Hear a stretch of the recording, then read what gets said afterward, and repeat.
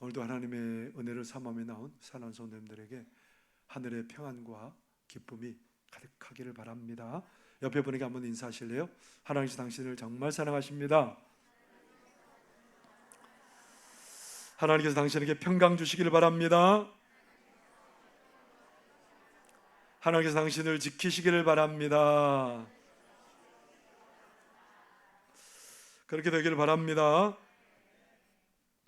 우리 익산 살기 좋은 곳인가요? 내가 사는 곳인데 안 좋다 그러면 쫓겨나죠? 우리 익산이 왜 살기 좋냐면 그렇게 오랫동안 살았는데도 큰 비나 그런 피해 없이 살았습니다. 그렇죠? 지금까지 살아오면서 큰 물난리 나거나 자연재해로 어려움을 겪어보지 않았잖아요. 익산이 참 좋은 곳입니다. 그러니까 늘 그렇게 어려움들이 없었는데 지금까지 은혜로 살았는데 최근에 엊그저께부터 막 우리 전라북도하고 충청도에 그냥 계속해서 폭우가 쏟아지는 거예요. 정말 이러다가 더우면 큰일 나겠다 그런 생각이 들었습니다. 우리 최민호 집사님 아시죠? 그 집사님이 거기도 이제 천이 옆에 있잖아요. 천이 옆에 있고 좀 지대가 그렇게 다른 곳보다 높지는 않거든요. 그런데 비가 많이 와서 거기 이제 마당까지 막 물이 들어오기도 하고, 그래서 우리 집사님네 가정이 금요일부터 피했습니다. 옆 동네 경로당으로. 거기서 막 도왔으면 어떻게 됐을까요? 집도 새로 지었는데, 집도 새로운 집을 지은 지 얼마 1년도 못 살아봤는데 그렇게 됐으면, 집이 물에 잠겼으면 어떻게 됐을까요? 20명이 넘는 분들이 그 경로당에 같이 지내면서 많이 불편하셨을 거라는 생각이 들었습니다. 여러분, 이런 일들이 우리 삶에 생기면 어떤 태도를 우리가 보이고 있습니까? 지금까지 잘 살아왔는데 왜 이런 일이 오늘 닥치는 거야? 하늘도 무심하지, 그냥 비가 안 내리면 얼마나 좋겠나, 그런 생각으로 우리가 일관되게 그렇게 원망하고 불평으로 살아갈 때가 있습니다. 그런데 어떤 사람들은 평상시에 그런 생각을 해요. 정말 이렇게 잘 사는 게 우연이 아닐 텐데 정말 감사하다, 그런 생각들을 가지고 사는 사람들은 이번 일을 통해서 무슨 생각하겠어? 내가 살아가는 게 우연이 아니었고 은혜였구나. 근데 그렇게 생각하고 살아간 사람이 얼마나 되겠냐고요. 대부분의 사람들은 어떻게 살아가요? 생각 없이 살아가요. 은혜가 은혜인지도 모르고 소중한 기회가 기회인지도 모르고 그냥 그렇게 살아갑니다. 그러다가 어려움이 오면 뭐라고 해요? 원망하고 불평합니다. 생각 없이 살았기 때문에 그렇습니다. 생각하며 살아가는 사람들은 감사하고 살아갑니다. 생각 없이 살아가는 사람들은 감사를 모르고 살아갑니다. 여러분, think라는 단어 보이세요? think 뭐예요? 이 단어가 무슨 의미라고요? 생각하다. thank 무슨 말이죠? 여러분, 감사합니다 그럴 때 뭐라고 말해요? thank you. thank 다음에 you가 있어서 그것을 붙이니까 뭐예요? thank you. 뭐예요? thank가 무슨 말이라고요? 감사하다, 고마워하다, 그런 의미입니다. 그런데 여기 두 글자를 가만히 보니까 철자 하나씩만 다르죠. I가 A로 바뀐 거예요. 이 어원이 같다라는 말입니다. 그러니까 생각하다는 말하고 감사하고 고마워하다라는 말이 같은 줄기에서 나온 단어라는 말입니다. 그러니까 감사는 결국 뭐에서 나온다고요? 뭐 하는 데서 감사가 나올까요? 생각하는 데서 감사가 나오는 거예요. 가만히 생각해 보면 감사 아닌 게 없는 거지요. 어떤 한 교회에 두 사람이 너무너무 서로를 싫어하고 막 만나기만 하면 그렇게 싸우기도 하고, 그래서 어느 날 천사가 두 사람에게 그런 제안을 했답니다. 한 사람이 기도하면 그 옆에 사람이 2배로 받는 걸로 하자고. 그렇게 해서 이제 약속을 하고 이제 한 사람이 기도했습니다. 하나님, 저에게 100억만 주세요. 100억을 달라고 그랬답니다. 그러면 옆에 사람은 얼마를 받겠습니까? 이 사람은 기도도 안 했는데, 이 사람이 100억 달라고 기도하니까 이 사람은 기도도 안 했는데 얼마를 받았어요? 200억. 이 사람이 가만히 생각해 보니까 내가 1000억 달라고 하면 이 사람이 2000억 받을 것 같으니까 이 사람이 뭐라고 말하냐면, 하나님, 저에게 100억만 주세요. 이 사람이 2000억 받고 부자 되는 거 싫은 거예요. 그래서 얼마 달라고 그래요? 하나님, 100억만 주세요. 근데 이 사람 얼마 받았어요? 나는 100억 달라고 기도해서 200억 받게 해줬는데, 이 사람 뭐라고 기도했어요? 100원 달라고 그랬어요. 그래서 이 사람은 나는 200원밖에 못 받았어. 그래서 너무 화가 났어요. 사람이 그래도 어찌 그럴 수 있어. 그래서 하나님, 저의 눈 한쪽을 빼주세요. 그렇게 기도했답니다. 그럼 이 사람 어떻게 되는 거예요?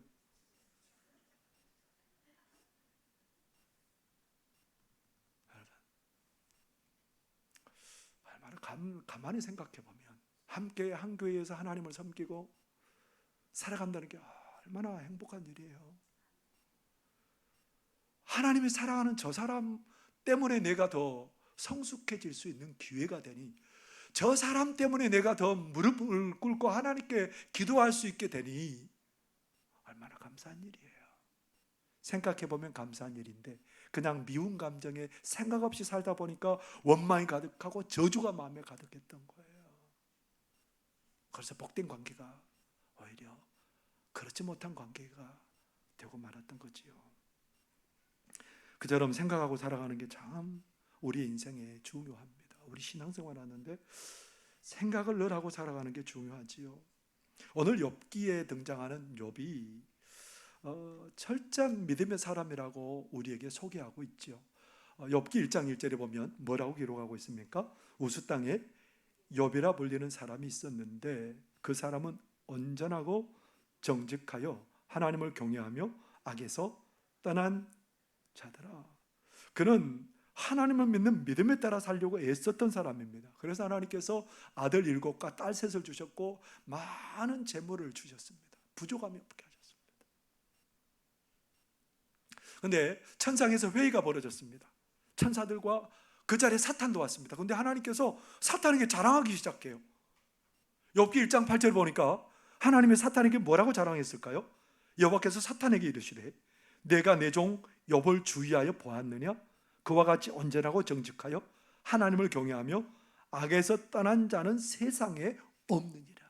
그렇게 막 사탄에게 자랑하니까 사탄이 뭐라고 말해요? 하나님, 욥에게 하나님께서 많은 것을 주시니까 하나님을 그렇게 잘 믿는 거 아닙니까? 하나님께서 그것을 빼앗아가면 욥이 하나님을 욕하고 원망할 겁니다. 하나님, 저하고 한번 내기해 보실래요? 그래서 하나님께서 욥에게 뭐라고 말해요? 그래? 그렇다면 너가 한번 시험해봐라. 욥에게서 모든 것을 빼앗아 봐라. 그랬습니다. 욥은 영문도 모르는데 갑자기 그냥 어려움이 닥치기 시작합니다. 들에서 소가 밭을 갈고 나귀가 옆에서 풀을 뜯고 있는데 스바 사람이 와가지고 그 모든 그 가축들을 전부 다 잡아가고 종들을 칼로 죽이고, 그래서 종 한 사람만 살아남아가지고 막 와서 그런 일을 보고하는데 그 말이 채 끝나기도 전에 한 사람이 또 달려왔습니다. 주인님, 들에서 풀을 뜯던 양들이 하나님의 불이 내려서 다 태워버리고 종들도 태워버렸습니다. 저만 간신히 살아서 이렇게 왔습니다. 그 말이 또 끝나기 전에 한 사람이 또 왔습니다. 주인님, 갈대 사람 3무리가 와가지고 우리의 낙타를 다 잡아가고 종들을 다 죽여버렸습니다. 여러분, 자기가 가진 게 다 없어져 버렸습니다. 근데 이 정도는 괜찮잖아요, 여러분. 없어질 수도 있고 그게 또 우리의 인생이니까 뭐 없는 것은 또 우리가 다시 이렇게 불리면 되잖아요. 근데요, 그 말이 채 끝나기도 전에 한 사람이 달려오더니 주인님의 맏아드님 집에서 잔치를 하고 있는데요, 광풍이 불어서 지붕이 무너져서 다 죽어버렸습니다. 저만 간신히 살아서 왔습니다.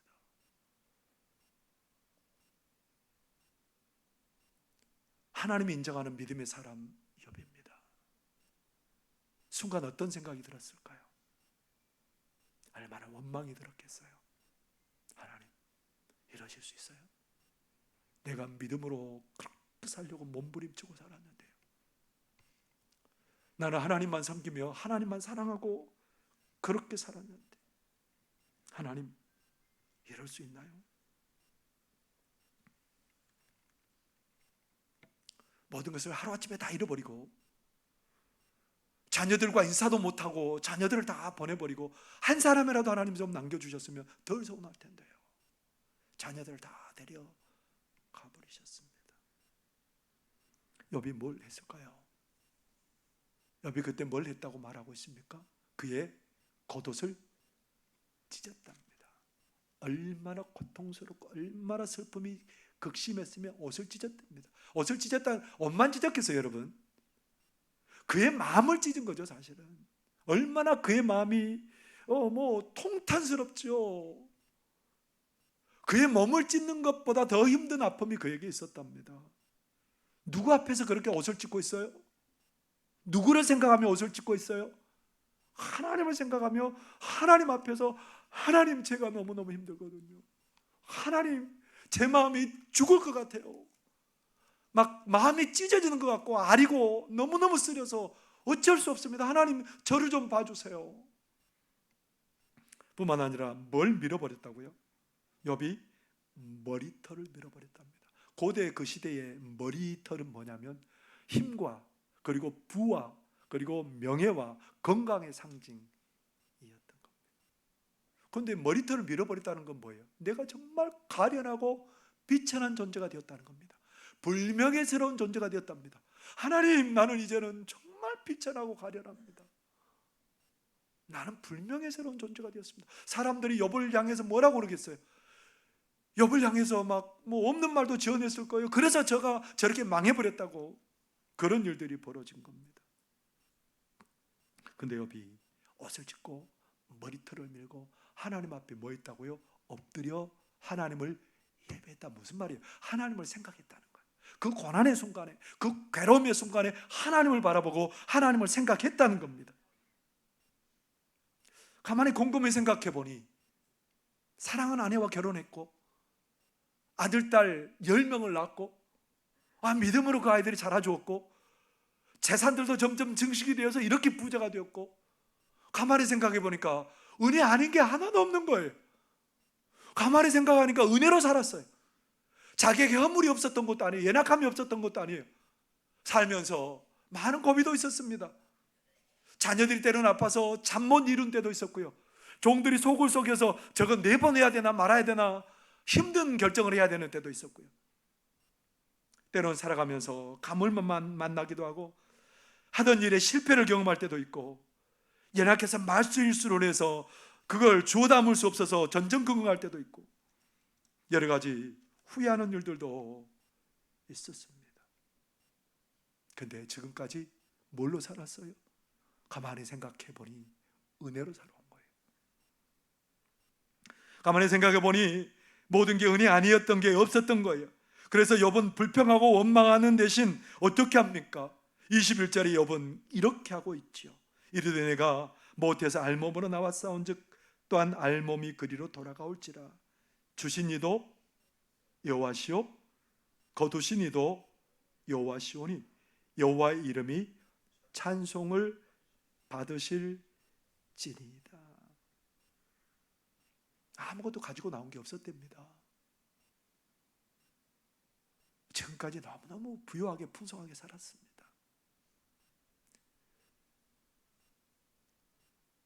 그런데 그거 하나님이 가져가셨어요. 하나님이 나에게 주신 것 하나님이 가져가셨는데 하나님, 오히려 그가 하나님을 찬양하는 겁니다. 지금까지 누려온 은혜가 너무 감사하고요, 온 우주를 만드신 하나님을 나의 하나님으로 부르고 살아갔고 하나님을 알고 하나님을 믿고 살아왔습니다. 이런 걸 생각하니 이 은혜를 하나하나 생각해 보니 눈가가 촉촉히 젖어옵니다. 그러면서 그 고난의 때에 나지막하게 찬송이 입술에서 흘러 나오는 겁니다. 그는 어려움을 당했지만 하나님을 바라보고 하나님을 생각할 때에 그 어려움 중에 다시 한번 감사의 줄기를 붙들게 되었던 겁니다.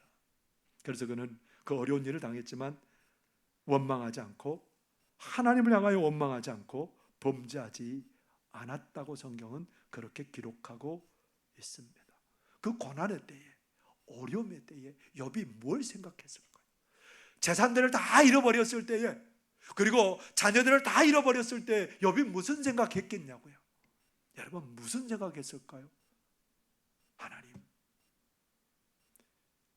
지금까지 하나님의 은혜로 살았고, 사실 내가 진노 중에 내 삶이 이래야 됐는데 은혜로 나를 지켜주신 것 하나님 감사합니다. 오히려 그 은혜가 가득한 거예요.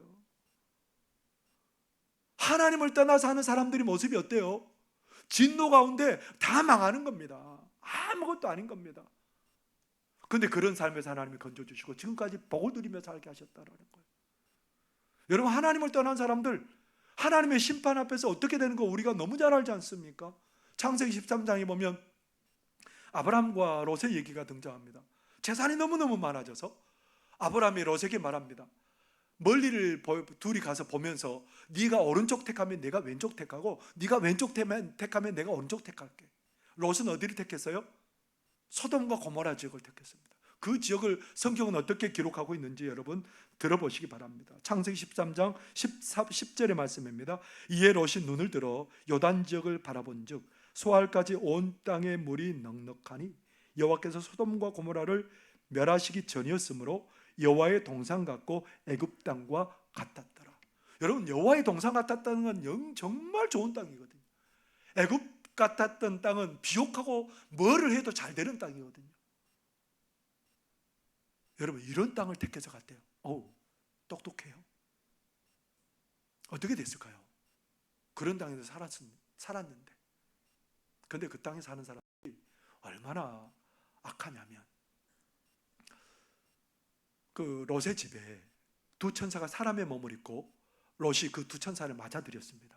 근데 밤에 막 거기에 소돔성에 어린 남자아이들부터 연세가 드신 어르신 남자들까지 막 와가지고 막 문을 두들기는 겁니다. 문 열어라고. 그 사람들 내어놓으라고. 오늘 내가 그들과 성적인 관계를 맺어야 되겠다. 그래서 천사들이 그 사람들의 눈을 어둡게 했는데도 그 사람들은 계속해서 그 일들을 하려고 막 문고리를 눈이 어두워졌는데도 문고리를 잡으려고 하는 거예요. 죄악이 가득한 땅이었습니다. 그리고 나중에 이제 그 예비 사이들에게 하나님께서 이 땅을 멸하라고 한다고 우리가 피하자고 그러니까 뭐라고 말해요? 농담이지요? 하고 농담으로 여겼습니다. 그래서 그 땅이 어떻게 됐을까요? 죄악이 가득한 그 땅, 심판받아야 될 그 땅을 하나님께서 어떻게 하셨어요? 불과 유황으로 완전히 모든 것들을 다 태워버리죠. 이게 하나님을 떠난 진노 가운데 있는 우리 인생들의 모습인 거죠. 욥도 사실 이런 것을 피할 수 없었는데 하나님이 어떻게 하셨어요? 이런 삶 대신 나에게 이 놀라운 은혜 주셨사오니. 욥은 그 은혜를 생각하며 너무너무 감격하고 감사하고 있습니다. 여러분, 우리들은 다릅니까? 우리들은 욥과 다릅니까? 우리 지금까지 은혜로 살아온 게 내가 잘나서 은혜로 살아왔습니까?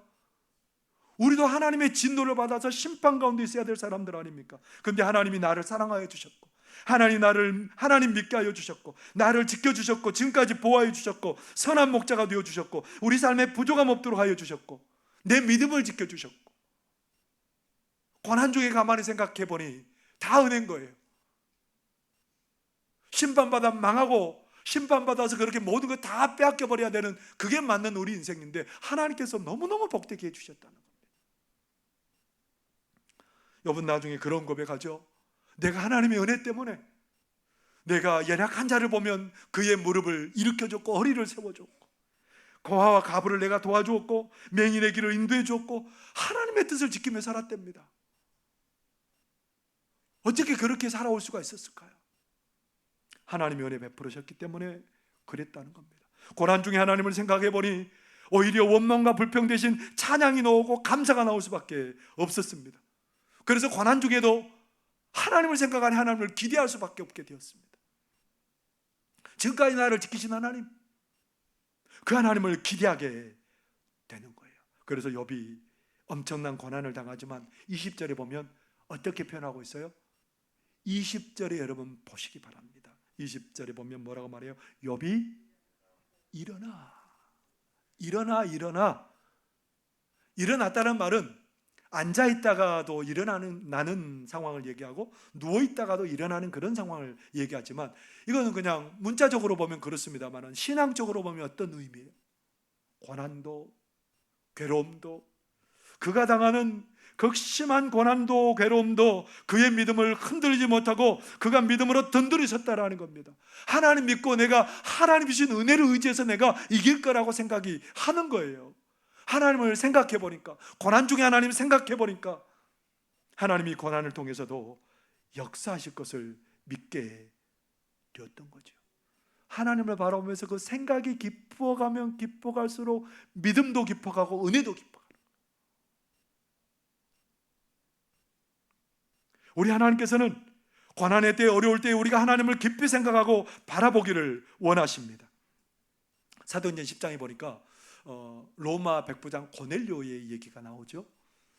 고넬료가 하나님을 경외하고 그리고 많은 백성들을 구제하고 항상 기도했던 사람입니다.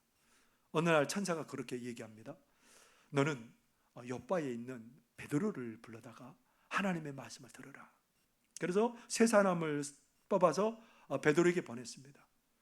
그때 그 사람들이 당도할 즈음에 베드로가 뭐하고 있었냐면 낮 12시에 다락방에 올라가서 기도하고 있습니다.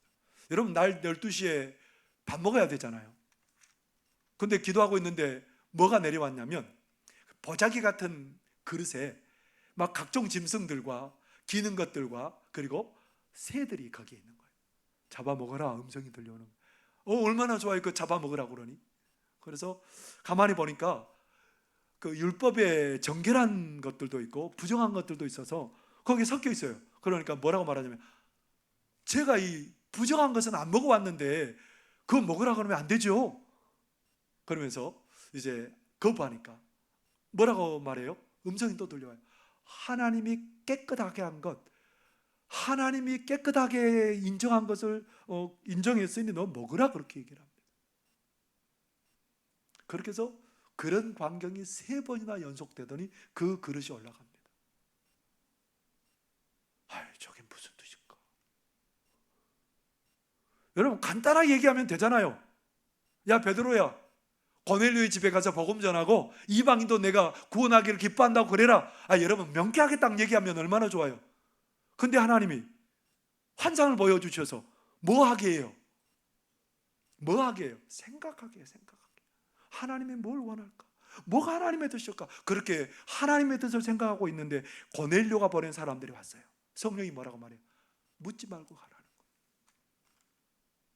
고넬료의 집에 갔더니 고넬료와 가족들과 친구들과 친척들이 가득하게 모여 있습니다. 베드로가 말씀을 전하는데 성령이 임하게 되었고 거기에 있는 사람들이 다 세례를 받고 구원받게 되는 역사가 일어나게 되었답니다. 여러분, 하나님을 생각해 보면 하나님의 뜻을 발견할 수 있어요. 우리 하나님은 고난 중에도 우리를 무너지게 하는 분이 아니에요. 하나님을 의지하고 생각하고 믿음으로 하나님을 바라보는 자를 하나님께서 고난을 통해서도 놀라운 복을 허락해 주시는 줄 믿으시길 바랍니다. 욥이 하나님을 생각했어요. 고난 중에 하나님을 바라보고 있는 거예요. 그런데 욥에게 하나님이 어떤 은혜 주시죠? 나중에 모든 재물에 갑자로 주십니다. 자녀들도 10명을 주셨는데 그보다도 아름다운 자녀들이 없는 거예요. 여러분, 우리 하나님께서 고난 중에 하나님을 생각하고 바라볼 때 하나님의 역사하심을 우리가 기대하게 될 줄 믿습니다. 사도행전 6장에 보니까 하나님의 말씀에 가득하고 교회가 든든히 서가고 그러는데 예루살렘 초대교회가 너무너무 아름답게 서갑니다. 근데 스데반이 순교당하게 돼요.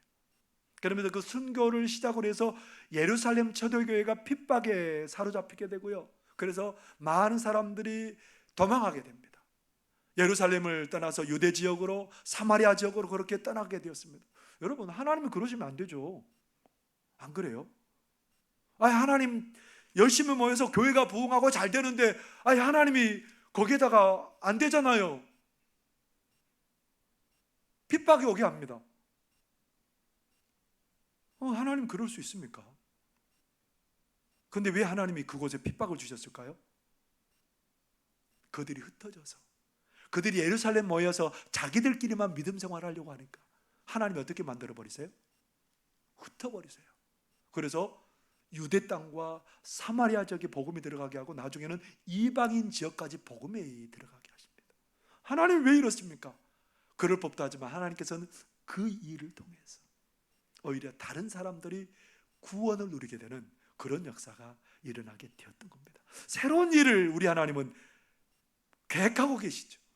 고난의 때에 우리가 하나님을 생각하고 바라볼 때에 새로운 일을 계획하시는 하나님을 만나게 될 줄 믿으시길 바랍니다. 메리 리드라는 선교사님이 인도에서 선교를 하는데 늘 마음에 안타까움이 있는 게 뭐였냐면 한센병을 앓는 사람들이었습니다. 그들을 마음껏 도와주고 싶은데 도울 수가 없어요. 왜 도울 수가 없습니까? 성한 사람이 한센병 환자들에게 뭘 얼마나 해줄 수 있겠습니까? 그들의 마음도 잘 모르고 그들에게 얘기해도 잘 안 들을 거고. 근데 어느 날 병이 들었어요. 자기도 모를 병이 들어서 자기 본국에 가서 병원에 가서 치료를 하려고 하는데 몇 번 병원에 갔습니다. 손이 점점 감각을 잃고 얼굴에 반점이 생겼는데 그게 없어지지 않고 나중에 의사 선생님이 뭐라고 하냐면 당신은 한센병입니다. 한센병에 걸리셨습니다. 그 소식을 들은 다른 사람들이 이게 너무 당황스러운 거예요. 선교 나간 사람이 한센병에 걸려가지고 이곳에 왔으니 얼마나 당황스럽습니까? 근데 그 메리 리드 선교사님이 그 말을 듣고 무릎을 꿇고 기도하기 시작합니다. 뭐라고 기도했을까요? 하나님, 제게 한센병을 주셔서 감사합니다. 이제 저는 인도로 돌아갈 수 있습니다. 그리고 인도에 있는 한센병 환자를 도울 수 있게 되었습니다. 하나님, 정말 감사합니다. 가만히 생각해 보니까 하나님의 작품이에요.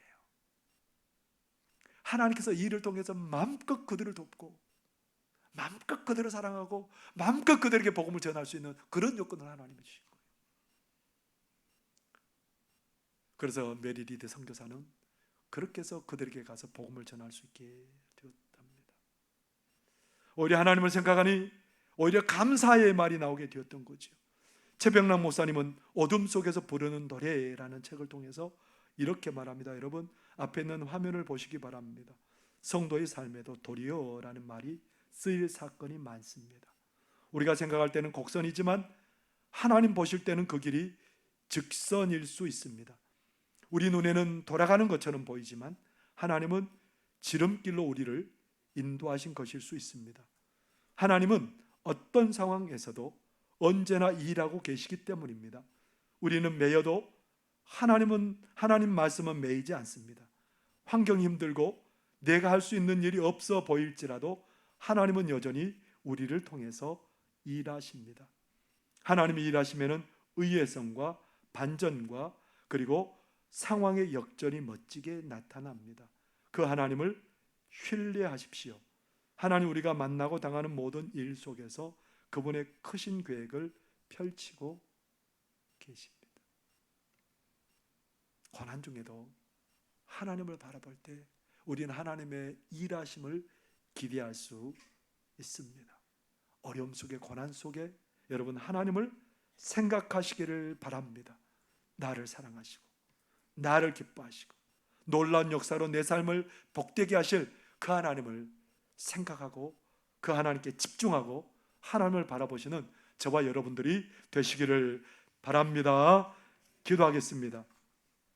사랑하는 하나님 아버지, 우리의 환경이 하나님 우겨쌈을 당하고 모든 것들이 막혀 있을지라도 우리 하나님은 하늘문을 열으시고 시온의 대로를 활짝 열으셔서 하나님의 은혜와 복으로 우리의 삶에 가득하게 채워주실 줄 믿습니다.